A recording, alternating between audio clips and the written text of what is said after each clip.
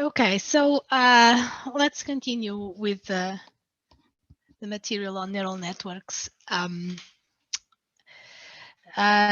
am going to be going flipping between, images in my book and the GitHub repository, because I haven't actually prepared slides for this part yet. I have some, but it doesn't have all the material that is in the book. And I actually think that in rereading the book, I actually think that I actually have lots of interesting things to say when I wrote the book. I kind of forgot already what I wrote. So I would recommend that you read those chapters to get some light over what is going on. But what I want to talk about is the different ideas, different styles of neural networks, and in particular feed-forward networks, and what they really mean, what they mean, and how you should think about when, if you ever find yourself in a situation that you need to program a neural network of some sort. And on purpose, as you can see, I chose a task, a computational problem that is, we know exactly what the output should be. So this is not a good fit for the kinds of applications that neural networks have been designed for, right? So neural networks have been designed for problems that the logic escapes us. So that the logic is so complicated, there's so many edge cases that specifying that in the way that we program algorithms would not be a feasible thing. So for in those situations where the logic escapes us, that's where neural networks really shine, because they allow us to infer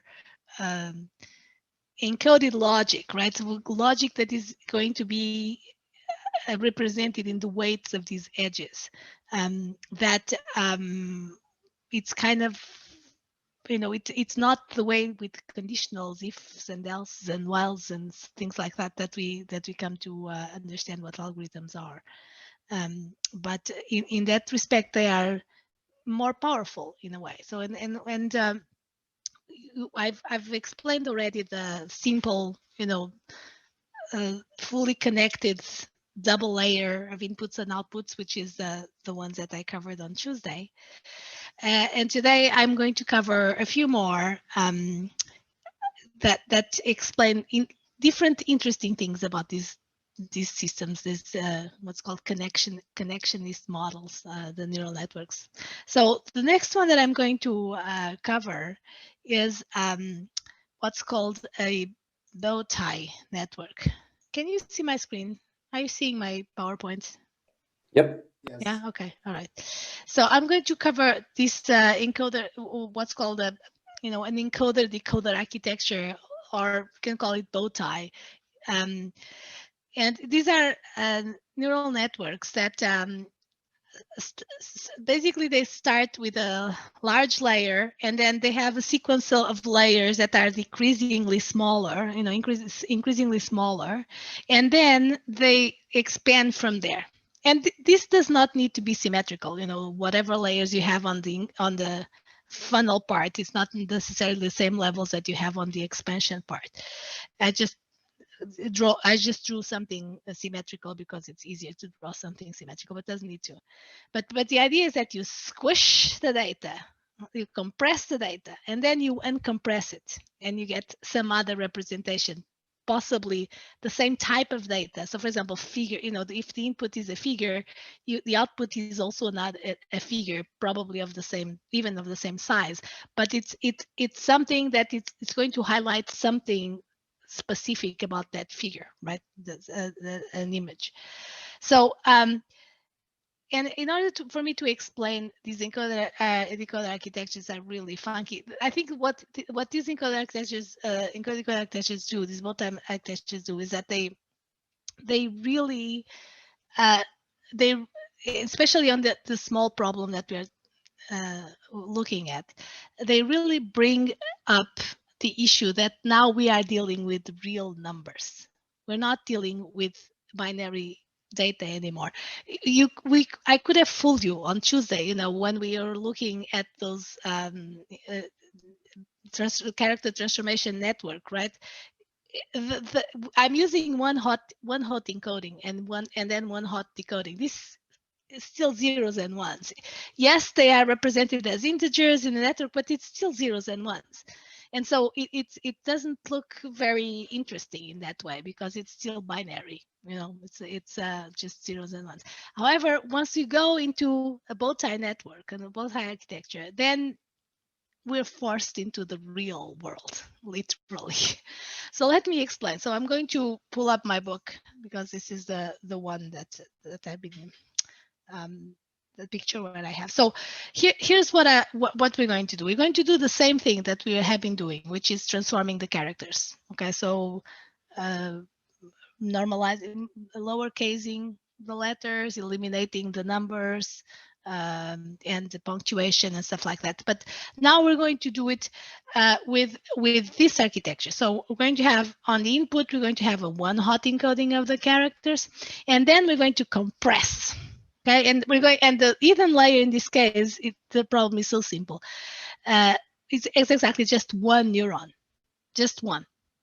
And then we're going to decompress. And at the end, we're going to have an output that is, again, supposed to be some representation of 100, 100 possible categories. But this is where things get a little interesting. So if you think a little bit, and again, I had to do this by hand first before letting the network learn whatever it can learn. But so if you think about this problem, okay, so you suppose that you have, we have 100 possible inputs, right? So we have, suppose that the A is these characters, whatever. So with the number one, suppose that the number one is this, it's when this neuron is one, the number two is when this one is one, etc., and the others are zero. So what would be a possible representation of these, categorical inputs, which is zeros and ones? How are we going to represent 100 different things if we have just a real number? That's sort of at the bottom line. That's the question that we're dealing with. Okay, so we start with 100 possibly different things that are discrete, and now we have to represent them in just one real number, and we have to distinguish them somehow. Okay, so this is actually not that difficult. It's actually pretty trivial, right? So we have just one real number, but real numbers also have different values. So we could have apply some sort of a transformation that maps the index of these of the one, of where the one is, maps it into some sort of a fractional number, right? So for example, here's what I'm doing. I am doing it.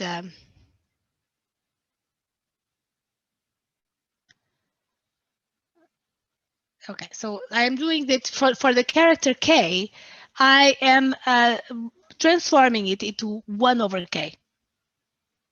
Okay, so if it's the number at index 1, then the value is going to be 1. If it's at index 2, then the value is going to be 0.5. Then if it's index 3, it's going to be 0.33, etc. Okay, so simple. Okay, this direction is simple, right? We have a categorical representation and possible positions of the one. And now we're going to represent that information just with one real valued number. The obvious, there are many ways of doing this, but one trivial way is just by dividing by the position of the one. And now we have a real valued numbers. If we get character number 20, then the value of that real valued number is 1 over 20. Okay, so something like that. The weight of each connection between the input and the hidden neuron is going to be 1 over K. So for example, A and B, which are numbers 10 and 11, respectively, the weights from the one encoding neurons for A and B in the middle layer are going to be 0.1 and 0.0909. Okay, that's basically what it is. Okay, this part is straightforward, but now we only went that, into the compression phase. But again, I want to point out the compression phase is really interesting because we had a representation of 100 values, 100 bits, if you may, and now we're down to just one real number. That's really compressed, right? It's really nice. But now we have to uncompress it. Now, given that value, we need to decode back to the world of categories somehow. We need to decode it back, right? So if we have the number, if the number is 0.05 or whatever, we need to know, we need to light up the neuron at the output that corresponds to that value, okay? And so that's a little bit more tricky. In fact, it's quite tricky with just a symmetrical network, just the way that I started here, because what's going to happen is that, you know, if you have 0.05 as the hidden value of the hidden neuron, that is going to, even if the different weights that flow out. Now I'm going to have to put the weights right here, right? So I'm going to have to put, oops, sorry. Oh, man. Hold on. Damn it.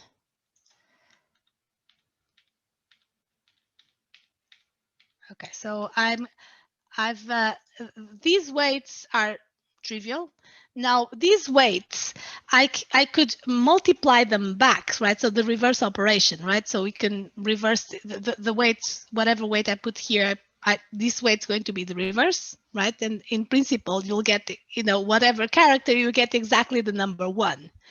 And that's fine. But unfortunately, we don't get the zeros. We don't get zeros on the other neurons, right?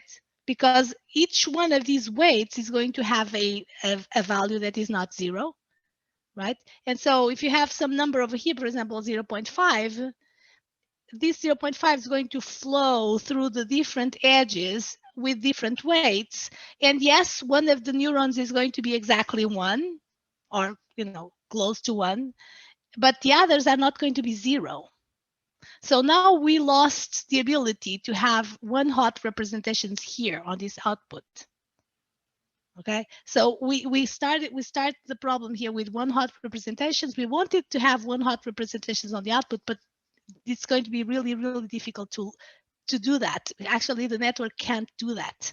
The compression sort of lost the information that was necessary to reconstruct that representation. It's kind of an interesting thing to observe.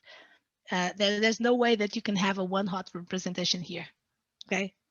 Given that you need to recover or to decompress the, you know, the value of this neuron over here. So one thing that I'm doing here on this program is to include some sort. Let me show you what the program does. So the program has one hot, one called one hot.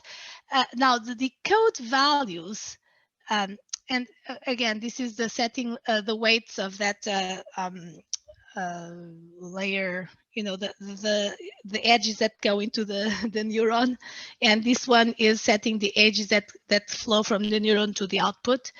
But the important thing here is that the decode values is not decode one hot, because the representation is not one hot. So it's a weird function that is going to find the index of the value that is closest to 1.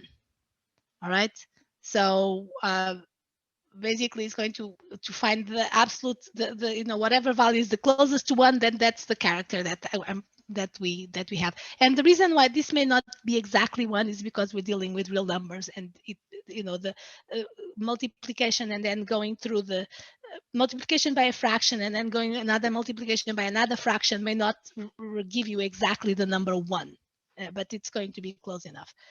But so this important thing is that decoding the values, now it's a weird function that we need to, it's something else. It's not just a one-hot encoding. It's find the neuron that is the closest to 1. Okay. And of course, I'll tell a little bit more about this. But the reason why we need to do this is that we lost this network lost the ability to reconstruct the one hot representation at the end.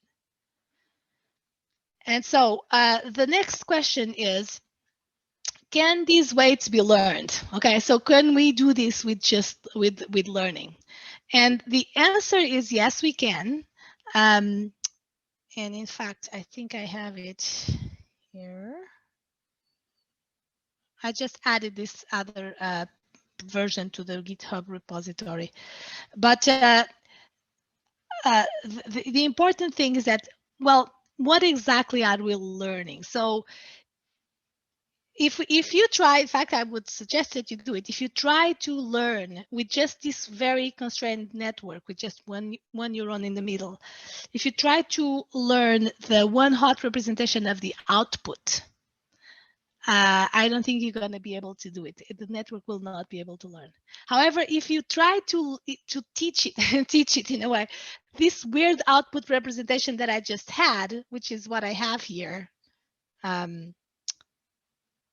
So generate line, and here encode values of the line, data out. Where's data out? Encode values, right? So encode values. Right, so encode values is this. It's encoding the output value. So this is not encode the one hot. This is doing this weird encoding, right? In that is one in one neuron, but it's not zero in all the other neurons. Okay, and so this the network can learn no problem. Okay, because it's just basically it's doing what I just did. So how could we recover the output being an actual one hot, right? How, that network that I just had, that just had 100 inputs, one neuron in the middle, and 100 outputs, that cannot learn the one hot representation of the output. However, one thing that it can learn, though, that's interesting thing, is that we can add another layer on the decoder part. Here it is, this other layer. We add one other layer on the decoder part that it's going to learn from that weird representation, okay, that doesn't have zeros anywhere, to one hot. Hopefully, or so we hope, right? That's the hope. Basically, we give it more neurons for it to try to do the right thing, the thing that we want. Okay, so giving it more neurons gives it more space, or more, it's a large surface area for actually learning these things. So once you do this, then you can actually the input generator, the data out can be one hot. So you can train it with one hot in the input and one hot on the output, right? And you will see that this is going to learn very easily. Okay, then you're going to, just by adding this extra layer. So if you had just that very constrained layer with just network with just the inputs, one neuron in the middle, and the outputs, that network cannot learn one hot representation. Okay, it lost the ability to learn that.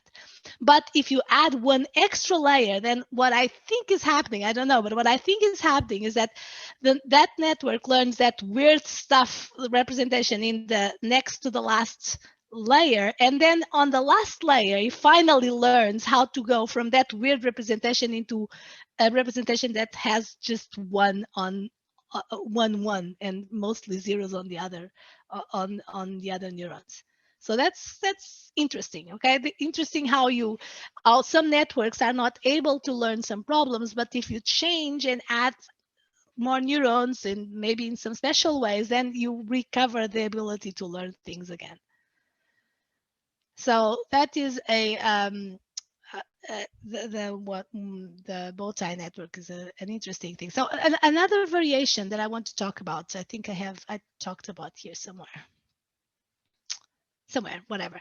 And another interesting thing about these encoder-decoder architectures that I used quite frequently in a lot of things for image processing, like in NLP and stuff like that, is that you can look at these networks as interesting ways of finding compressed representations of stuff. finding compressions. What does that mean? If suppose that you train a network like this with not with a function, but that you want to train it so that the output is exactly the same as the input. These are called autoencoders. So basically, you give it data so that the output is exactly the same as the input. And why would you do that? So the idea is that if you do that, then you can replace the input by the compressed format. So if you have a compressed format of the input, and then you pass that compressed format through the rest of the network, then you're going to get the original thing, right? It's a really interesting thing. Is that there are ways of finding more compressed representations of data that sometimes we we have of course compressors like zip, lots of algorithms for compression of data, right? But this is a connectionist a way of finding very compressed representations of data that some of them we might not even think of, right? And there's and that those compressions, moreover, those compressions have interesting properties that data that is related in some way tends to be close in the space of the compression. So there's all sorts of interesting things that go on in these autoencoder architectures that you may want to take a look more. So basically, ways of doing compression of data and having a network find that compression, not us. Okay. Any questions about this architecture?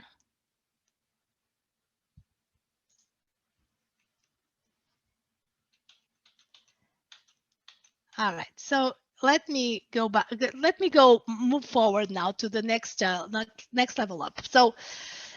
So far, these three things that we saw and the two first exercises that you are doing are just character level transformations. So you just have one character and you transform it to another character, or maybe it's the same character. Okay, it's just it's just a pure function, not a very big deal.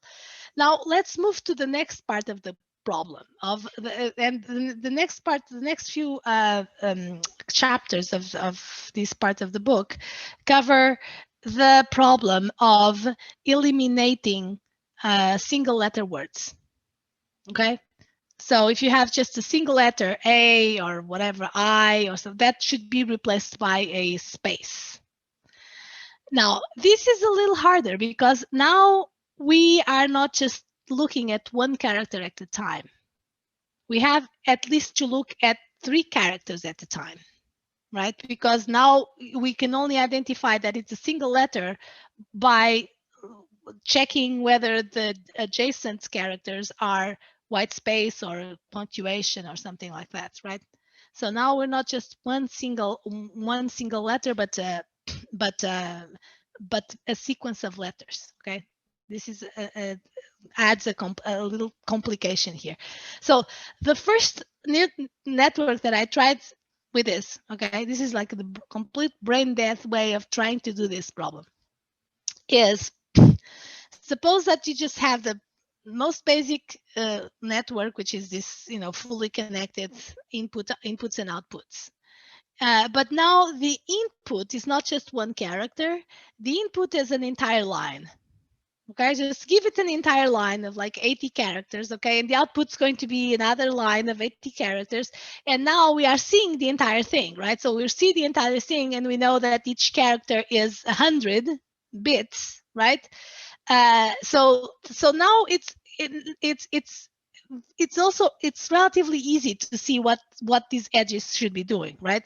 So it's something like this. I think I actually did.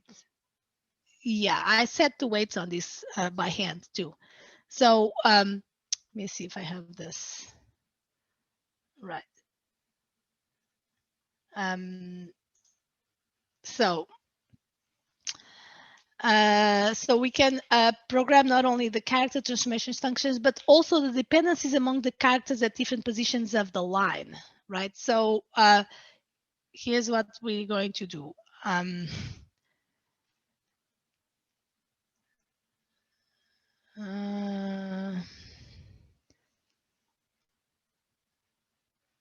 Right. So the network program, the processing of lowercase letters, uppercase letters, and non character letters, exactly the same as before. So whatever we had before, that of the character transformations that we're doing, like transforming to lowercase or eliminating the punctuation, we can also do here. But now we do it sort of. We have to do it in all 80 characters at a time, right? But that's very easy to do. But besides that, now we also have all the edges from the adjacent. So we have 100, here's the character 100 bits, but we also have the 100 bits after and with the 100 bits before, and we have those edges that come from the 100 bits before to the 100 bits of the character, and the same from the 100 bits after to the 100 bits of the output character. So we have all those edges. And now those edges are going to encode the information of whether the character should be eliminated or not. Okay, depending on what are the adjacent characters. So basically, that's what is going on in here. For every character of the string, we look at the characters before and after. For any of those characters that are not a letter, we add a non-zero weight from their one position to the space index of the output of the current character. One weight should be less than 1, and the addition of 2 weights should be greater than 1. That way, when the current tire is surrounded by non-letters, it receives 2 weights from the neighboring inputs, as if votes, to map it to the space character. And this is a little hacky, okay? You have to kind of understand what I did here. It's a little hacky because I'm setting the weights myself. But basically, here's what's going on in those lines. Lines 52 to 62. Here. So I have the previous character, I have the next character. So what I do here, if the character that I'm looking is not in the, for C, if C is not in the ASCII letter, so if I have to, so let me try to remember what I did here. For C, not in ASCII letters, so punctuation, space, and stuff like that. Trying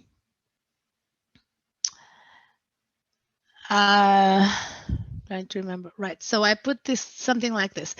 Oh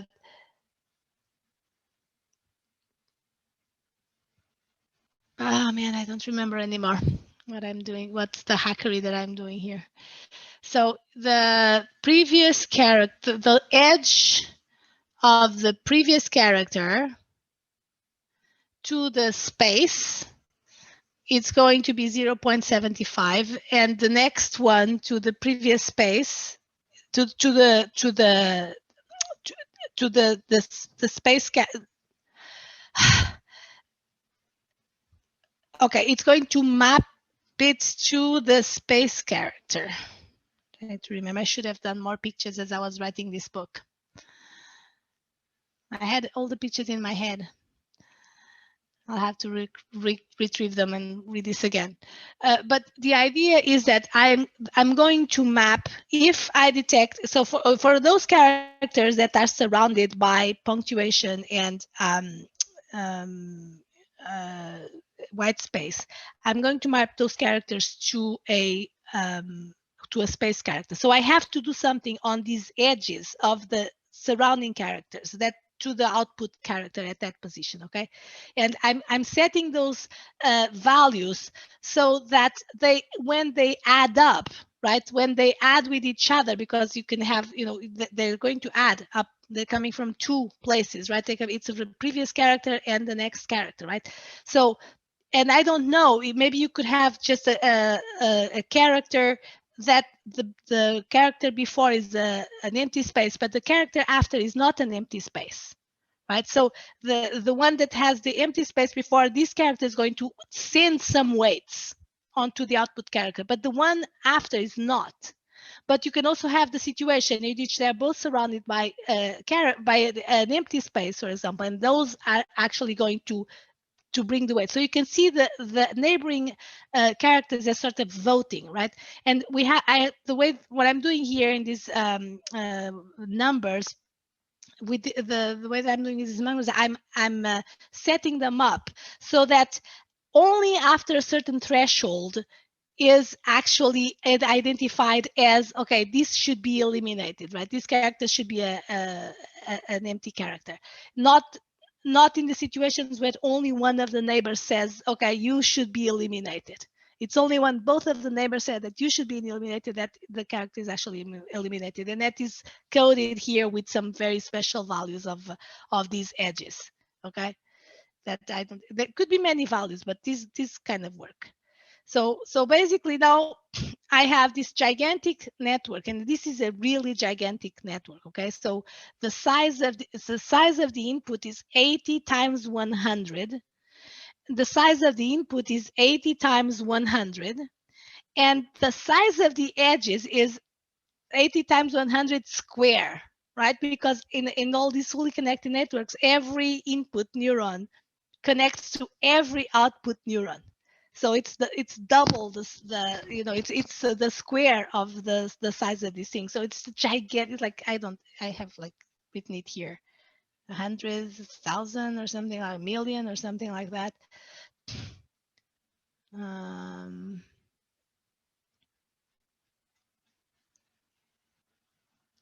Right. So this is math. Right. It's a 64 million weight network. So this is gigantic, and if you try to run this on your computer, you might not be able to run it because this is really, really heavy, very, very heavy.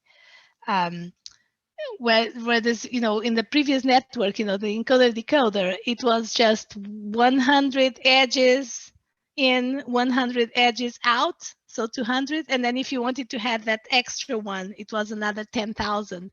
But so 10,000 versus 64 million, that's a big difference.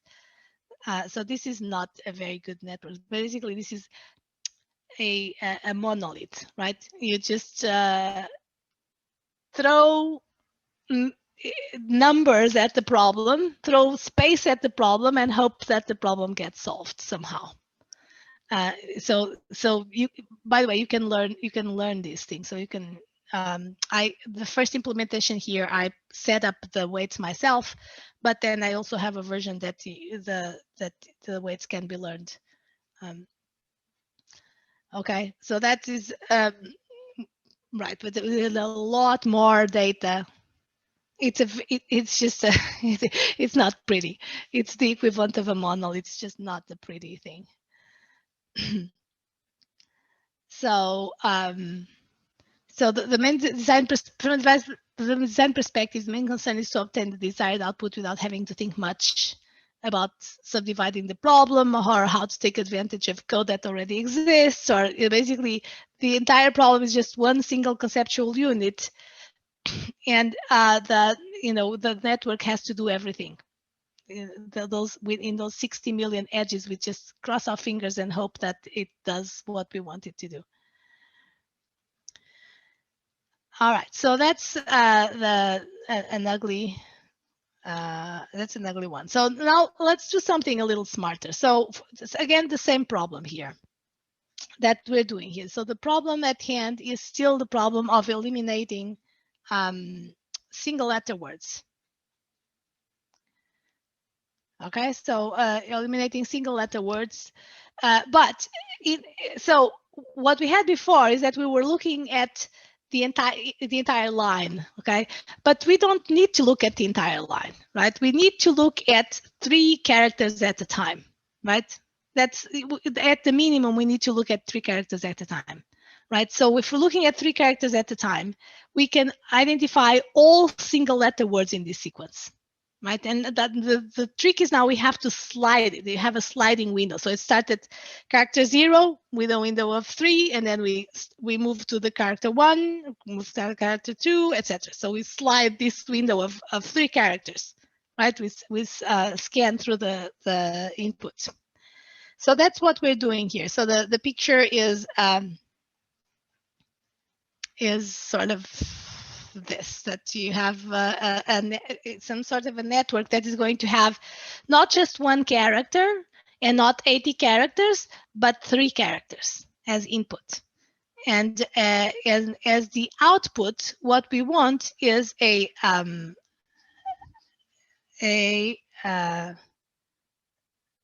output, where's the model here, is going to have a so a dense layer of input vocab size 100. No, not 100. Oh yeah, 100. Right, and the input is going to be 100 times whatever, 3. Window size is 3, I think. Yeah, window size is 3. So again, this is important. So the network that I should have put a picture, but the network that I'm building here is a network that the input is going to be 3 characters, so 300 bits, and the output is going to be 100 bits. Okay, so the output is going to be one single character, and the input is looking at 3 characters, and the output is outputting just 1 character. Okay, again, the problem is relatively simple, so much so that I was able to think about a way of setting the weights by myself, and you can read it how I do it here. So the first observation is that this is it is a much smaller network, so it's basically just 30,000 edges, weights. But the thing that makes this a little tricky is setting up the input. Okay, this brings up some of the difficulties in doing a neural network programming. I find that, it's very low level, but not only is very low level, we have to do a lot of work on setting up the correct shape of things. So in this case, we have to get the input has to be this sequence of sliding windows, right? That's our input. So we have it's 300. You have a line or whatever text, right? The Pride and Prejudice. The input is going to be 3 letters, and then the next 3 letters, and then the next 3 letters, and then the next 3 letters. So it's a sequence of 3 letters that we have to do it ourselves. Basically, you have to prepare the input in that way. So it ends up being when we do these neural networks, we end up spending a lot of time figuring out what's the shape of things. And this is one thing that I wish that there was a higher level way of specifying these things, maybe even typed way of specifying these things that would solve, save a lot of time. Anyway, so how to prepare the input for the network. Suppose, for example, that the line is, I am a dog, okay? So let's rewrite this line as a visible character as replacement for the white space, including the extra white space on the edges. So we have, this is a white space. So this would be a possible but wrong input would be giving it, these 3 characters, and then the next 3 characters, and then the next 3 characters. So that would not be good. So this is wrong. Would only be producing 1 output character for every 3 input characters, and then the network would be the single letter A words. For example, this one not be there. So what we do is the sliding thing. So we have the first 3, and then we shift 1 and we have the next one, and we have shift 1 and we have the next one. Okay, this is very clearly what is going on. This is the sequence of inputs. So there's a new function now in the program, prepare for window, that reshapes the sequence of one hot encode characters into the proper sequence of triplets.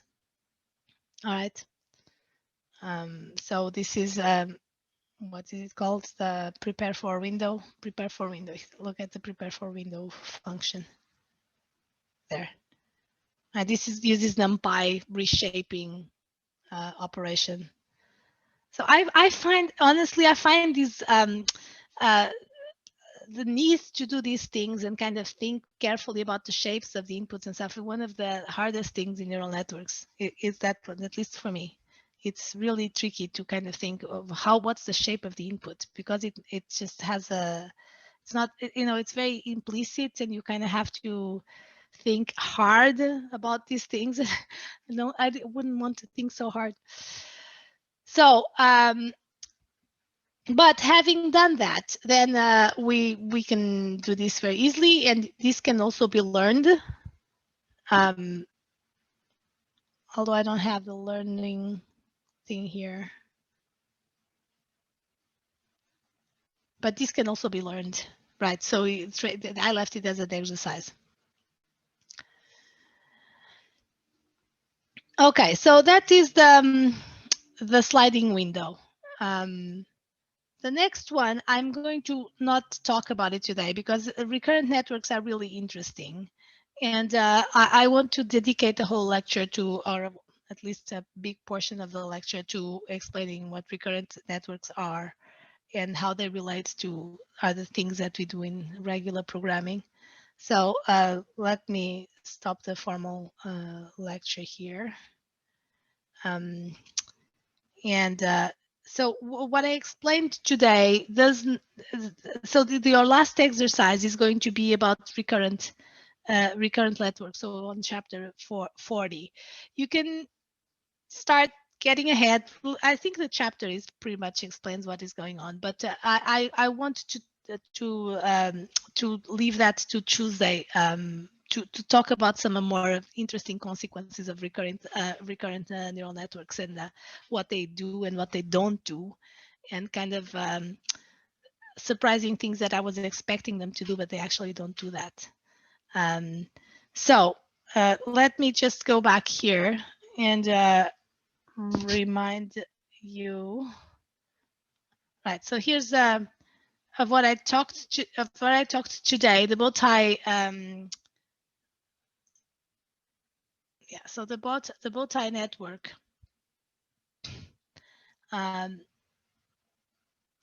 There is the one that I have in the book, but I set the weights. There is the learning with those that weird encoding at the end that then requires this function to decode this weird function to decode, and then there's learning with one additional layer that does that learning for us, and then we just need to do one hot decode. There is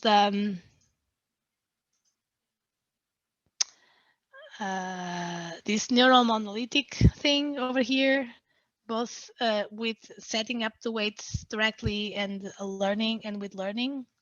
So this one, yeah, if you don't have a good computer, this is going to be really tough because it's 64 million weights, a little too much. And then there is the sliding window one. And I don't have the learning version because I left it as an exercise. I should have given you that exercise. I should. This one was be a better, even a better exercise, because it's in a way it's a little bit simpler than the recurrent neural networks, but it's almost a recurrent neural network, but it's not quite a recurrent neural network. It's like a precursor of recurrent neural network.